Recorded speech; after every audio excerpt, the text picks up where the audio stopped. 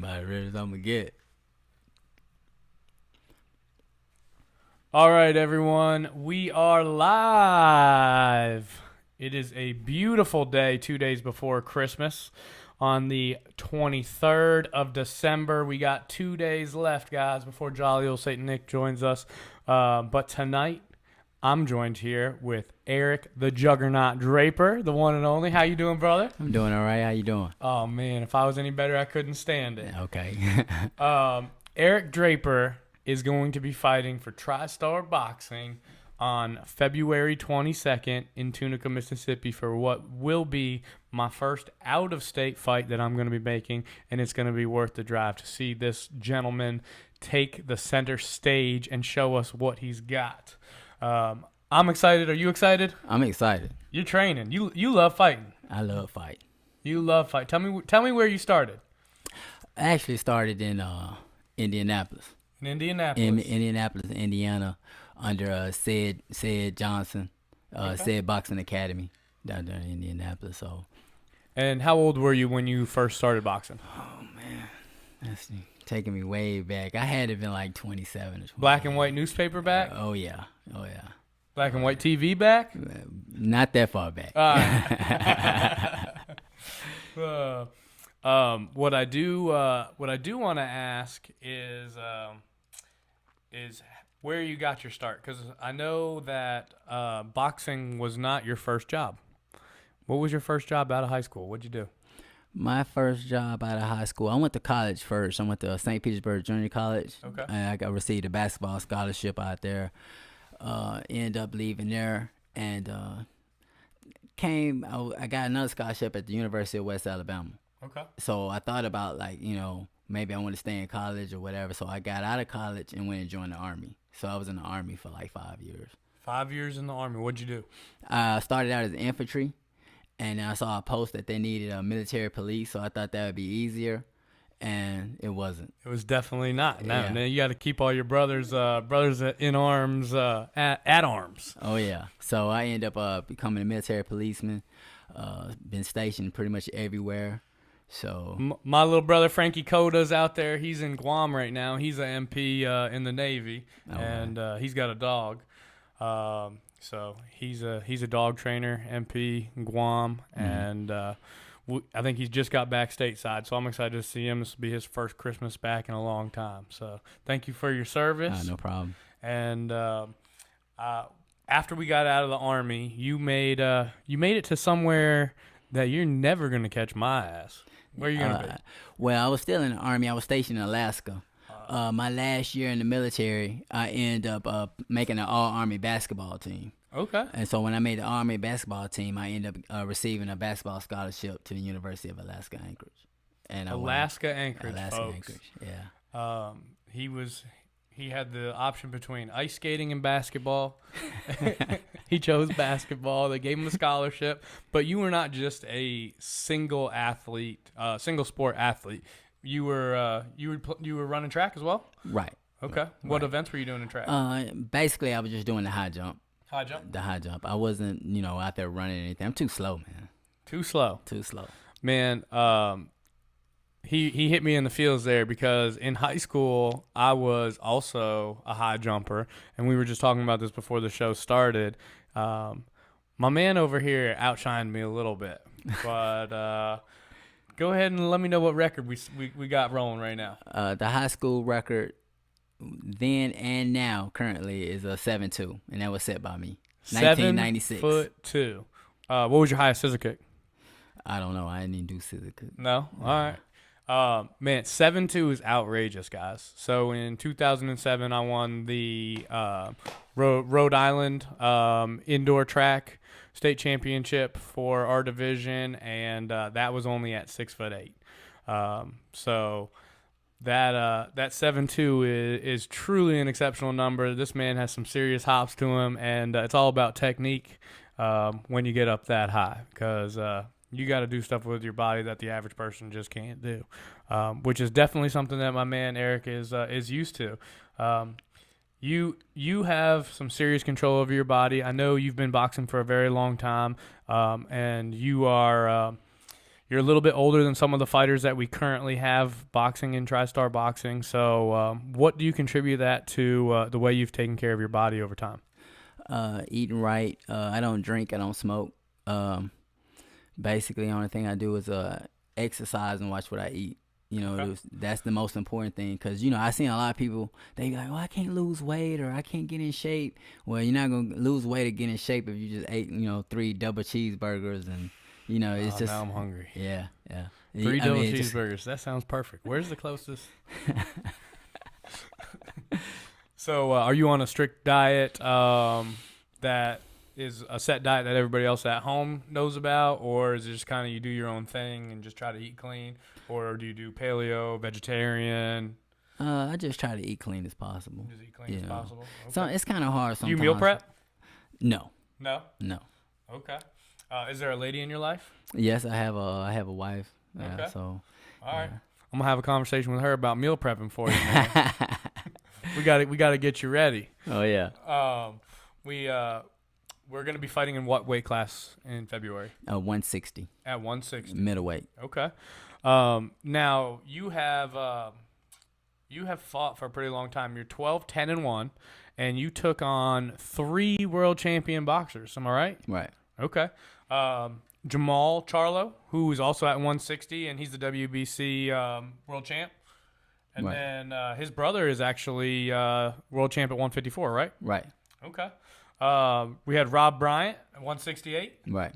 168, is that That's a super middleweight. super middleweight? Okay. So Senna's going to be fighting super middleweight January 16th, right? Oh yeah. Okay, and that's your sparring partner right now?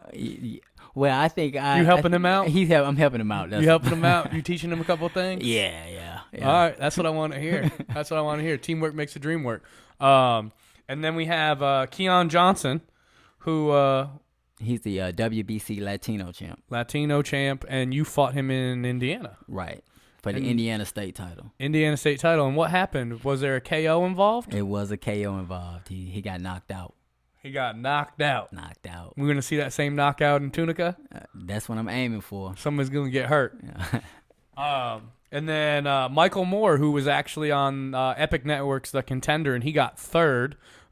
Sugar Shane Mosley's son actually ended up winning that, correct? Correct. Okay. So a couple of big names, guys. I'm excited to see you back in the ring. I'm excited to have you show these young cats what's up, man. That's right. Every time you get in there, I'm always impressed. It's a joy to watch you fight, and I'm excited for the next round, and I feel bad for whoever's got to get in the ring with you, my man. Oh yeah. Now tell me a little bit about your current training partners, your current training camp that you're working with. I've seen Rodell out there, who's going to be fighting January 16th. I've seen Senna out there, going to be fighting January 16th. You're right behind them February 22nd. What do you guys do on a day-to-day basis to help each other get better?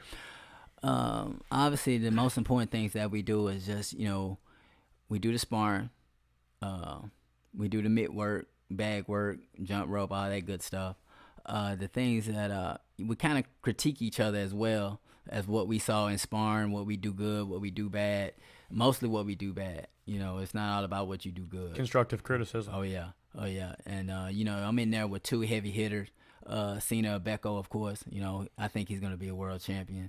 Rydell Mays is on his way up. He has a chance to be a world champion as well. As long as he stays disciplined to his craft, I feel like he wouldn't have any problems.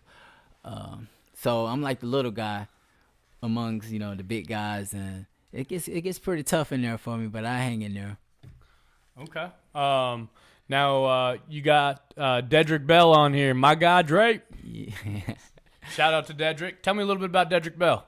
Dedrick Bell is kind of remind me of myself, journeyman boxer, works hard in the gym, somebody that you can't take for granted when you get in the ring. He reminds me of a lot of Darnell Boone. You might that name might not come to you. Darnell Boone is also a journeyman. He beat Adonis Stevenson, gave him his first loss. Wow.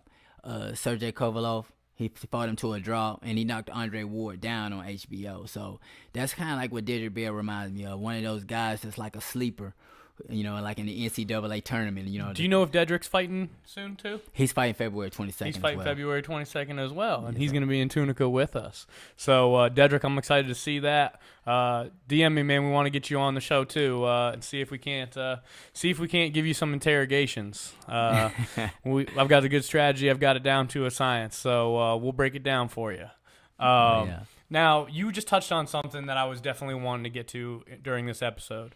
There's different type of boxers out there. So we have journeymen, we have prospect, we have contenders, and we have champions. Now, will you give me a little rundown for those of us who are new to boxing? What is a journeyman? A journeyman boxer is basically anyone. He goes anywhere, anytime. He has to be ready 24 hours a day to be able to take a call anywhere. So he's not training for a specific fight. He's just training to be the best at his craft, to go where he's needed and handle business. Handle his business. He's usually going to fight the top guy on the other side. So he's usually coming in on the B side. So he's going to fight who's ever the top fighter on the A side. And sometimes that can be pretty tough. Yeah. But so you have guys who are prospects. Right. Okay. So guys who are prospects are guys. Give an example. Somebody like Ty Tomlin's a prospect. Okay. Right there, man. So he's got a bright future ahead of him. He's on his way up, and promoters will try to find journeyman fighters to come and see what he got.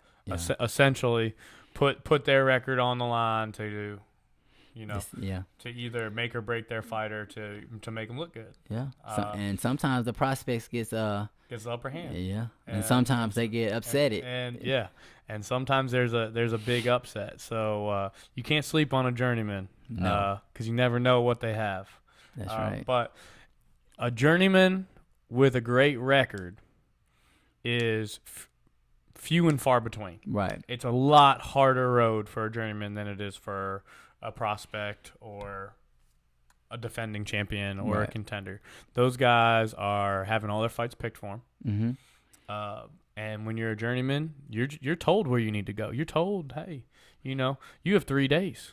Get ready for this fight. You're going to, Mississippi, Alabama. You're going to Texas. You're going here. So you better, get your ass on a bus, on a plane, and make it happen. Make it happen. And, that's a tough road. And when you're not ready to fight for a specific fight and say, hey, I've got 3 months before this fight happens, this is what I need to do to get to exactly where I need to be for this fight. I have time to study my opponent. I have time to, to meal prep, to weight train, to cut weight, everything to get to exactly where you need to go. It's just it's a different beast. Oh yeah. A journeyman has to have a different type of discipline about himself. So, and his mindset has to be different. Now, did you go into boxing as a journeyman, or do you decide somewhere along the line? Tell me the story. I went in as a journeyman. Okay. I went in as a journeyman. Actually, I had no intentions of even turning pro. I had no intentions of even boxing. Said signed me up for my first amateur fight, and because of my age, I had to fight open division. So the guy I ended up fighting, he had already had 50 amateur fights, and I was already behind the power curve. Of course, I lost it, but I think that kind of woke up that competitive edge. To see, hey, how far can I really go in this thing? Yeah, we can do this. Yeah, we can do this. It's not that hard. Yeah. So I saw a post a couple of days ago where you were talking about your age openly, so I'm going to go ahead and bring it up. How old are you now currently? I'm 42 years old. 42 years old, folks, and can walk in a room and knock you out. 42 years old. I'm just going to go ahead and reiterate that one more time for you. This man is 42 years old. He's going to be fighting in Tunica, Mississippi, and fighting at a very high level of competition. And I'm excited for it. Everybody in the room's excited for it. And somebody better watch out. Better watch out. Now, I did also want to talk to you about a couple other things. Life after the military. It's something big that I've been going into with a couple of charities that I'm working with right now.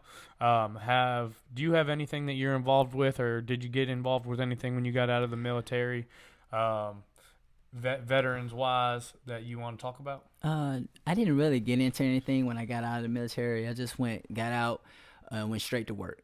Okay. I worked at the VA, so as a police officer there. I believe they got police officers there. So I worked there for about 13 years. I bought back my military time and everything, so that would be able me to get out the game a little quicker than others. Um, right now, I'm just involved in this thing called Irrelevant Warriors. Okay. It's about guys who get deployed and come back with all kind of mental. Yeah. The war is over, Yeah, but it's not over not for them. Yeah. Absolutely. Well, we did stockings for vets at the VA on Saturday, and we handed out 250 fully stuffed stockings to veterans. We went door to door. We had guys singing, caroling. We had singer-songwriters there for them. And there's definitely police officers there. There's a lot of mental illness at the VA. So, I mean, you got to have somebody there to help keep everybody in line and keep it on the up and up. Those guys are always fighting, but I was thinking about you while I was there. And, every time somebody tells a story, there's certain guys that come to mind who are better for it. Some people bring it home with them, and some people just go to work to get their mind off of it. So right. I'm glad that it didn't catch you like that, and I'm glad that you were able to, it's a sad thing, but it's a great that they have somewhere to go to the VA and be able to have someone else to talk to that can relate to them. And that's the biggest thing. A lot of civilians, what we call them, when they go and talk to these people, they don't really understand. So when they go to the VA, they're around other veterans that been in the same shoes that they've been in. So if anybody at home has any questions, feel free to comment. We will answer your questions live on air, and no matter how obscure, just keep it clean. But the other thing that I was gonna bring up was that you were sparring with Senna the other day. Right. He said he was giving you a hard time. So I got challenged to a couple of sporting events against Senna. Have you ever seen him play tennis? I never seen him play tennis. Has he talked about it more than just on this show? Was he talking about it there? I want to know how serious he is about it. If I got to start training. I don't know. You better start training though, cause he's in pretty good shape. Oh man, well I know he's got me on the in shape thing. We're gonna have to play ping pong. Yeah, for sure. Yeah. So talk to me about what you do outside of boxing. Do you work? Do you have? I know you have a wife. You guys have children? Little girl? No. No. No. Okay. Me either. Thank God. I couldn't handle it. I got two little boys, a 3-year-old and a 7-year-old. They run me ragged. Oh, man. What are you doing for work? Currently, I don't work, and I use boxing 100%. He's all in. All in. You're all in. This is it. What I usually do, I usually get up at 4:30 in the morning, do all my running, my strength and conditioning, and then I head on down to Nashville Boxing Academy with the rest of the guys, Rydell Mays and Senna Becko.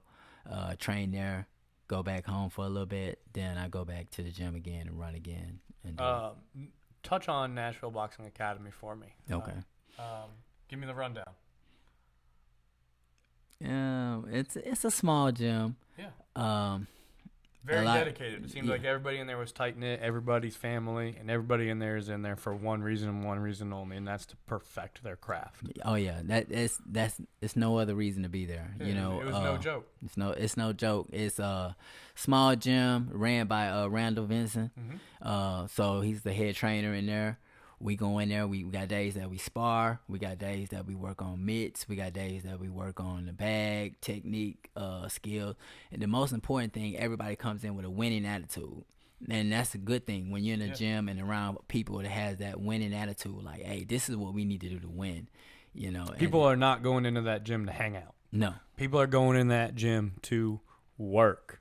We got Matt Bossman Young. What's up, Juggernaut? How did Juggernaut become a thing? I don't know. Did it just come around? It just came around. Because you just keep coming. Knock you down, you come harder. Just keep coming. That's really all a Juggernaut is. It's a powerful force moving forward. That's all a Juggernaut is, and that's the real definition of it. So I use it as I'm a powerful force, coming right at you. Using that powerful motivation to go straight to, wherever I need to go in my career. So now we're going to be fighting in Tunica. Matt says, can't wait to see you in Tunica. Tunica is about 10 miles away from Memphis. Tell me what Memphis is to you, my man. Memphis is that's my home. That's really actually my second home. My first home is Batesville, Mississippi. That's where my grandma lived, and that's where I used to go back to every summer for my punishment. And that was a punishment to go to Mississippi because she had a garden that was 50 yards long and about 11 rows wide, and that's where I Put you spent. to work. Oh, yeah, that Mississippi heat ain't no joke, man. No, So no, she had them fingertips bleeding.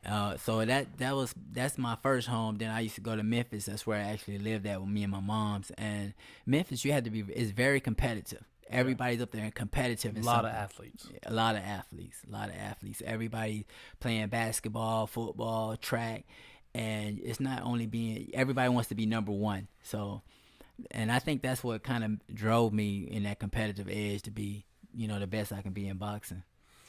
So Memphis football right now. Cotton Bowl, Penn State. Penn State. It's about to go down It's like going Charlie down. Brown. It's about to get real, folks. Oh yeah. Who do you have? I got Memphis all the way. You got Memphis all the way? All right. 2 touchdowns. Oh, Memphis by 2. Boom. Memphis by 2. So growing up in Memphis and Mississippi, were you with mom? Were you with grandma? Were you back and forth between the two? I was back and forth between the two. Okay. I spent a majority of my time with my mom's, of course. Okay. Summertime, I would go to Mississippi. And that's where, I learned about hard work, commitment, dedication, that type of stuff. Because down there, if you don't work, you don't eat. Everybody is a lot of farmers. Yeah. People really depend on what they grow to Life's survive. a lot simpler. Yeah. Then when you get to Memphis, I didn't even know what name brand clothes were. I didn't even know what Jordans were until I got to Memphis. Okay. When I go to Memphis, they was like Jordans. I was like, what is that? Jordans. You got some Jordans on now? Yeah, I got Jordans on now. I was gonna say you got some Jordans on now. Oh yeah, I am from Memphis, Tennessee, so Yeah, he's got 12 wins. He's got Jordans on. yeah. Come on. Yeah, I had a similar story. I was raised by my mom, and she worked nights at a hospital, so I was always with my grandma. My grandma raised me, and man, when I got home from school, my grandma would break out empty maps, okay, and make me fill them in with all the states, and then she would make me fill in all the state capitals, make me fill in all the major cities, all the rivers, all the lakes. And for every single country. So if you take a world map, I know a lot of things have changed since I've been in school. So I know they've changed since you've been in school. Oh yeah. But I used to be able to fill it out. But I would get home from school, get done with all my homework, and then me and her would do classwork. So, she was a tough lady too. So I know how it is to have grandma. Oh yeah. And Grandpa stayed out in the shed to avoid Grandma. He stayed all the way out of the way, so he didn't have to deal with it. But yeah, man, it's having somebody in your corner like that is definitely builds character and turns you into the person that you are now. I love my grandma, I love my mother, and they made me who I am. So I definitely feel you on that. Yeah. So in high school, did we play basketball as well? I played basketball for White Station High School. Okay. We was real legit. We had some athletes on that team. What position? I played a 2-guard position. We had a guy by the name of Robert O'Kelly who played the point guard. Okay. He ended up going to play for the Memphis Grizzlies for a while. He was in the NBA. That's how good he was. He ended up going to Wake Forest. He was like Wake Forest, ACC Newcomer of the Year. Oh, he's badminton. Oh, man. And then, we ended up going to the state championship game, played another school, East High School, who had Tony Harris, who was a pretty good basketball player at the time. So he ended up going to Tennessee Vols and playing. Okay. So basketball, it was kind of like my thing. It was your first love. It was my first love. I thought I was going to be the next Penny Hardaway. Basketball was my first love too, man. We grew up in very very parallel paths. Oh yeah.